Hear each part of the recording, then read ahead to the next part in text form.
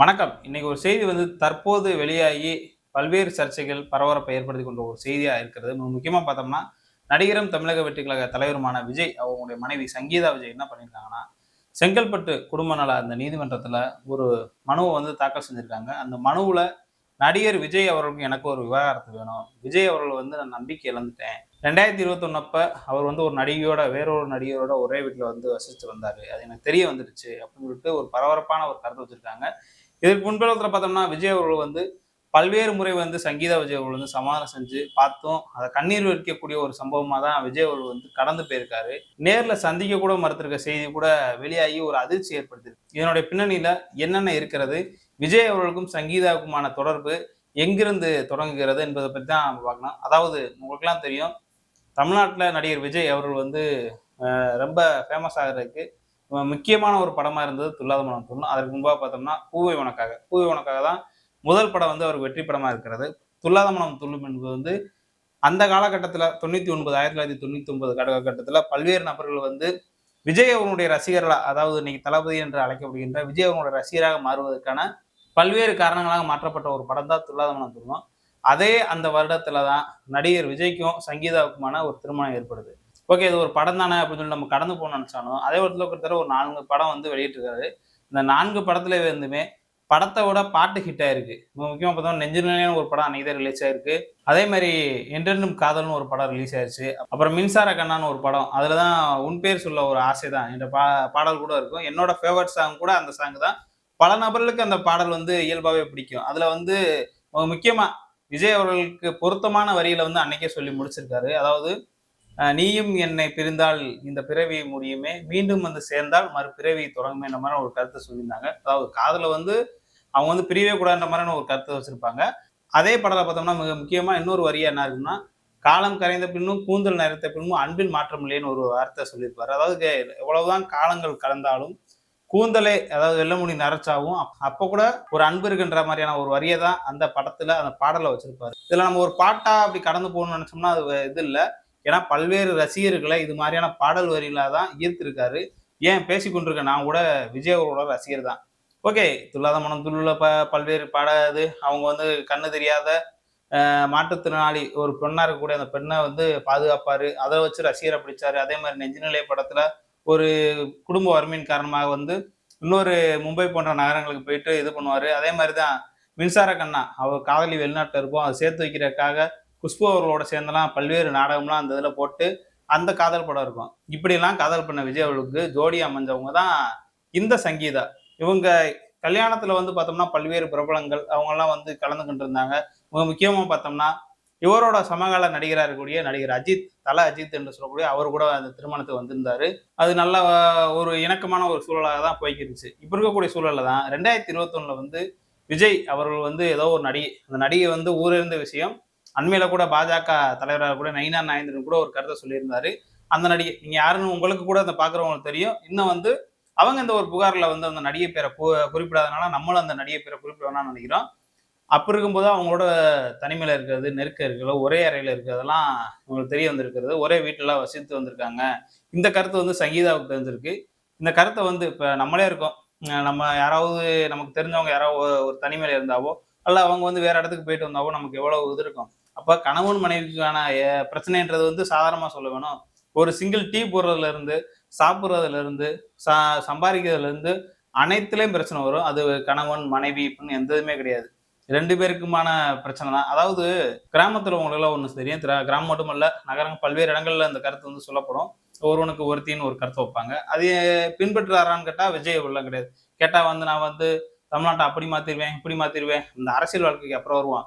அப்ப இப்படி இருக்கும்போது இவங்கெல்லாம் கண்டிக்கிறாங்க. மனைவின்ற முறையில சக கணவரை கண்டிக்கிறது மனைவிக்கான உரிமை தானே, ஏங்க இப்படி பண்றீங்க, இதெல்லாம் தப்புங்க அப்படின்னு சொன்னதுனால அடுத்து என்ன பண்ணியிருக்காருன்னா, சரி சரி நான் இனிமே நிறுத்திக்கிறேன் அப்படின்னு ஒரு கருத்தை சொல்லிட்டு திரும்பி அதே மாதிரி பண்ணியிருக்காரு. ஓகே, அப்ப கூட அவங்க பொறுத்துக்கிட்டு தான் இருக்காங்க சங்கீதா. அடுத்து என்ன பண்றாருன்னா, அதே நடிகையோட வெளிநாடுகள் போறாரு. வெளிநாடுக்கு போறாருன்னா போயிட்டு வர வேண்டியதானே, சும்மா போயிட்டு எங்கேயாவது ஒரு இடத்துக்கு போறாங்களோ, டூரிஸ்ட் கூட போங்க. அப்படிதான் மனைவி தெரியாம ஒரு இடத்துக்கு உங்களுக்கு விரும்பப்பட்ட பெண்ணோட போறது சட்டம் சொல்லுது. ஆனா மியூச்சுவலா அவங்க டைவர்ஸ் பண்ணிட்டு தான் நீங்க எங்கிட்ட வேணா சுத்தலாம். ஒரு மனைவி இருக்கும்போது அந்த மனைவிக்கு பிடிக்காம நீங்க எந்த ஒரு காரியம் பண்ணாலும் அது தப்பு தான். அப்ப நீங்க வெளிநாட்டுக்கு போறீங்க. போறது மட்டும் இல்லாம அங்கேருந்து ஃபோட்டோஸ் வெளியிடுறது. எங்கெங்கெல்லாம் டூரிஸ்ட் பார்க்குறாங்களோ அங்கே ஃபோட்டோஸ் வெளியிடுறது. உடனே வந்து இவங்களும் ஒரு பெண் தானே, இவங்களுக்கு அக்கம் பக்கம் இருக்கும், சொந்த பந்தம் இருக்கும், நல்லது கெட்டதெல்லாம் இருக்கும். அப்ப இவங்ககிட்ட 4 பேர் கேட்பாங்களா? இவங்களுக்கு 2 பிள்ளை இருக்கு. ஒரு பையன் இருக்கான், ஒரு பொண்ணு இருக்கு. அப்ப அவங்களோட வாழ்க்கையில நெனச்சு பார்க்கணும்ல. இப்ப நம்ம அப்பா அப்படி வந்து ஊதாரித்தனம் பண்ணியிருக்காரு. நடிப்பு இதுல வந்து எவ்வளவு ஊதாரித்தனம் பண்ணாலும் அது இது இல்ல. அது நடிப்பியா? அதுல ரொமான்ஸ் ஆடுறாரோ, லிப் கிஸ் பண்றாரோ, எந்த இது பண்ணாலும் அது நடிப்புன்ற மாரி போயிரும். ஆனா ஆஃப் கேமரால வந்து ஒரு இது பண்ணிக்கிருக்கும்போது, மக்கள் எப்படி பார்ப்பாங்க அவங்கள வந்து? என்ன அவன் புருஷன் எப்படி இருக்கான்? இவ எப்படி இருக்கான்னு கேட்க மாட்டாங்க? அப்ப கேட்கறதுக்கான ஒரு வழிய தான் விஜய் அவர்கள் வந்து வழிவகுத்து குடுத்துருக்காங்க. சரி இத தட்டி கேட்டாங்கன்னா, சரி இனிமையாவது திருந்துவேன்னு சொல்லணும்ல. நான் அப்படிதான் பண்ணுவேன்ற மாரியான ஒரு கருத்த வச்சிருக்காரு. காசு குடுக்குறத கூட நிப்பாட்டுறாருங்க. வெளியில எங்கேயுமே சுதந்திரமா முடியல. அதெல்லாம் வேதனையா சொல்றாங்க. கண்ணீர் விட்டக்கூடிய வகையில. இப்ப நான் அந்த அந்த காகித பேப்பர்ல வந்து கண்ணீர் வைக்க முடியாதுல்ல. இல்லன்னு வைங்க. அவங்களோட சொல்ற கருத்தெல்லாம் நம்ம எப்படி ஏத்துக்கிற முடியும்னே தெரியல. வெளியில தான் நம்மலாம் நெனச்சுக்கிருக்கோம். பல்வேறு சூப்பர் ஸ்டார்ஸ் அவங்க அப்படி இருக்காங்க, பிரபலமா இருக்காங்க. அவங்க சொல்ற கருத்துலாம் நல்லதுன்னு. இப்ப நான் கூட சொன்னேன் ஆரம்பத்துல, நான் ஒரு விஜய் ஃபேன்ட்டு. என்னாலயே இந்த கருத்துல ஏத்துக்கிற முடியல. ஏன்னா, இவர் வந்து ஒரு நடிகரா, அத நம்ம கொண்டாடுறோமா ஓகே. ஆனா தனிப்பட்ட முறைன்றது பார்க்கும்போது தான் தெரியுது. இப்ப டிவிக்குன்னு ஒரு கட்சி ஆரம்பிச்சு, கேட்டா நாங்க வந்து தமிழ்நாட்டு மக்களுக்கு வந்து நான் வந்து இதா இருப்பேன். பெண்களுக்கு திமுக ஆட்சியில பாதுகாப்பு இல்லைன்னு வந்து உங்க மனைவிக்கு உங்ககிட்ட இருந்து பாதுகாப்பு இருக்கா? நீங்க உங்க மனைவிக்கு வந்து ஒரு நல்ல கணவனா இருக்கீங்களா? அப்ப எதுவுமே பண்ணாம இருந்துகிட்டு, நான் நாட்டுக்கு அப்படி பண்ணிருவேன், இப்படி பண்ணிருவேன்ட்டு பல்வேறு கருத்துக்கள் வைக்கிறாங்க. அதே இடத்துல தான் சொல்றாங்க, என் பிள்ளைகள வந்து கவனிக்கிறது இல்ல. சரியா பேசுறது கிடையாது. நான் 2021க்கு அப்புறம் இவங்களோட வந்து சேர்றதுக்கான முயற்சி நான் பண்ணேன். சரி இப்படிலாம் பிரச்சனை நடக்குது. கருத்து வேறுபாடு வருது. விஜய் அவர்கள் என்ன சொல்றாருன்னா, உனக்கு பிடிக்கலன்னா நீ தனியா இருந்துக்கோன்னு சொல்றாரு போல. அப்ப இருந்து உங்க வழக்கறிஞர் மூலமா 2021 செப்டம்பர் மாதத்துலருந்து அதே மாரி 2022 பிப்ரவரி வரைக்கும் கிட்டத்தட்ட ஒரு 5 மாதம் வந்து முயற்சி பண்றாங்க. ஆனாலும் விஜய் அவர்கள் வந்து இவங்க சரியா சந்திக்க மறுக்கிறாரு. நேர்லயே பார்க்கிறதே வந்து தவிர்த்து வராரு. ஏன்னா 27 வருஷம். ஏன் உன்னோட தானுங்க இருக்காங்க.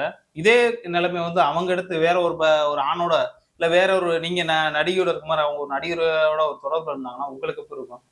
கேட்கிறேன். பார்க்கிறவங்கள வந்துமே இன்னைக்கு வந்து விஜய் ரசிகர்கள், தாவேக்காக்காரங்கலாம் என்ன பண்றாங்கன்னா, தொடர்ந்து வந்து அந்த பெண்ண வந்து இழிவா பேசிக்கிட்டு இருக்காங்க. ஏங்க ஒரு குற்றச்சாட்டு வைக்கிறாங்கங்க. ஒரு 27 வருஷம், 25 வருஷம் வாழ்ந்தவங்க, அவள சாதாரணமா எப்படிங்க தன்னோட கணவர விட்டு போணும்னு நெனைப்பாங்க? பெரும்பாலும் வந்து அதே கடிதத்தில கூட அவங்க என்ன சொல்றாங்கன்னா, சங்கீதா, ஏங்க இத அனைத்தையும் விட சொல்லுங்க. இனிமே நான் சேர்ந்து வாழ்றேன்.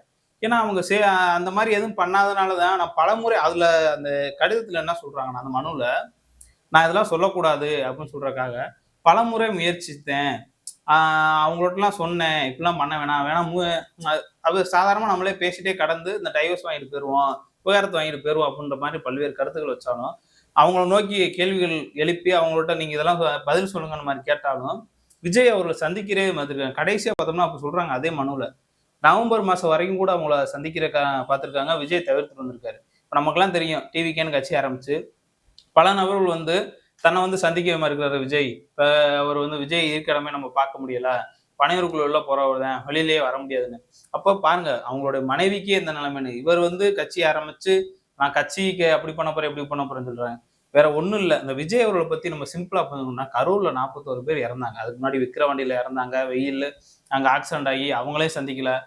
மதுரையில அதே மாரி தான் வெயிலு. அப்புறம் அந்த போம்போது ஒரு பையன் வந்து நீலகிரி தூய்மை பணியாளரோட பையன் வந்து இறக்குறாப்புல. அப்ப கூட அத பத்தி கண்டுக்கிறாரு விஜய்.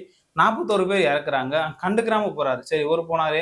அதுக்கடுத்து இருக்கவங்கலாம் யாராவது பார்ப்பாங்கன்னா, அதுவும் பார்க்கல. ஆதவ் பார்க்கல. புஷி ஆனந்த் பார்க்கல. திருச்சியில வந்து கேட்கறாங்க விமான நிலையத்துல. என்னங்க இப்படிலாம் நடந்துச்சுன்னு சொன்னா, அப்படியே பார்க்காம ஓடுறாப்புல குடுகுடுன்ட்டு. இதுக்கு மத்தியில தான் உங்களுடைய அந்த அறிக்கை வருது. ரொம்ப நமக்கே ஒரு மாரியா இருக்கு. நீதிமன்றம் வந்து 20ஆம் தேதி வந்து விஜய் அவர்கள் வந்து நேர்ல வந்து ஆஜராகணும்னு சொல்லியிருக்காங்க. விஜய் தரப்புல இருந்து இதுவரைக்கும் எந்த ஒரு ஒரு அதிகாரப்பூர்வமான ஒரு அறிக்கையே வெளிவரல. ஏன்னா, அவங்க சங்கீதா சொல்றது வந்து சரியா, தப்பா இந்த மாரி கூட எதுவும் சொல்லல. ஏன்னா, நடிகரா இருக்கவங்க வந்து யோக்கியமா இருந்து பழகணும். இப்ப நான் வந்து நாட்டுக்கு எவ்வளவு வேணா அட்வைஸ் பண்ணுவேன். நான் இப்படித்தான் இருப்பேன். ஊதாரித்தனம் பண்ணுவேன்றத வந்து நம்ம எப்படி ஏத்துக்கிற முடியும்? படத்துல மட்டும் நான் ஹீரோவா நடிச்சா போதுமா? அதுல ஒரு படம் இருக்கும். சர்க்கார்ன்னு ஒரு படம்.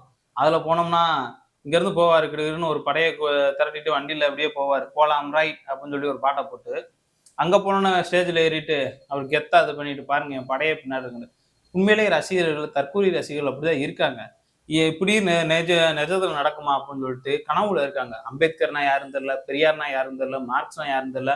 வேற யாரையாவது பக்கத்து வீட்டுக்காரனை பத்தி கேட்டாலும் பரவாயில்ல, உங்க கட்சியோட கொள்கை தலைவர் 5 தலைவர்கள் இதை கூட சொல்லித்தராத ஒரு நிலைமையில தான் விஜய் அவர்கள் இருக்காங்க. அப்ப இப்படிப்பட்ட நபர்கள் இதெல்லாம் நமக்கு பார்க்கவே வேதனையா இருக்கு. உங்களோட சக நடிகரா உங்க காலத்துல இருக்க உங்களுக்கு ஈக்குவலா இருக்க ஒரு நடிகரோட குடும்பமும் இன்னும் இந்த சமூகத்துல இருக்கத்தானே செய்யறாங்க. அவங்களுக்கு என்னைக்காவது இந்த மாதிரி அலிகேஷன் இருக்கா? ஏன் உங்களுக்கு மட்டும் இந்த மாதிரியான பல்வேறு கருத்துக்கள் சர்ச்சைகள்லாம் வருது? அப்போ குடும்பத்தை கவனிங்க விஜய்ன்றதான் நம்ம இந்த நேர்காணல் வாயிலா தெரிவிக்கிறோம். இன்னும் மீண்டும் பல்வேறு தகவலோட அடுத்தடுத்த பேட்டிகளை உங்களை சந்திக்கிறேன். அதுவரை உங்களுடன் விடைபெறுவது உங்கள் சிவசாமி. நன்றி.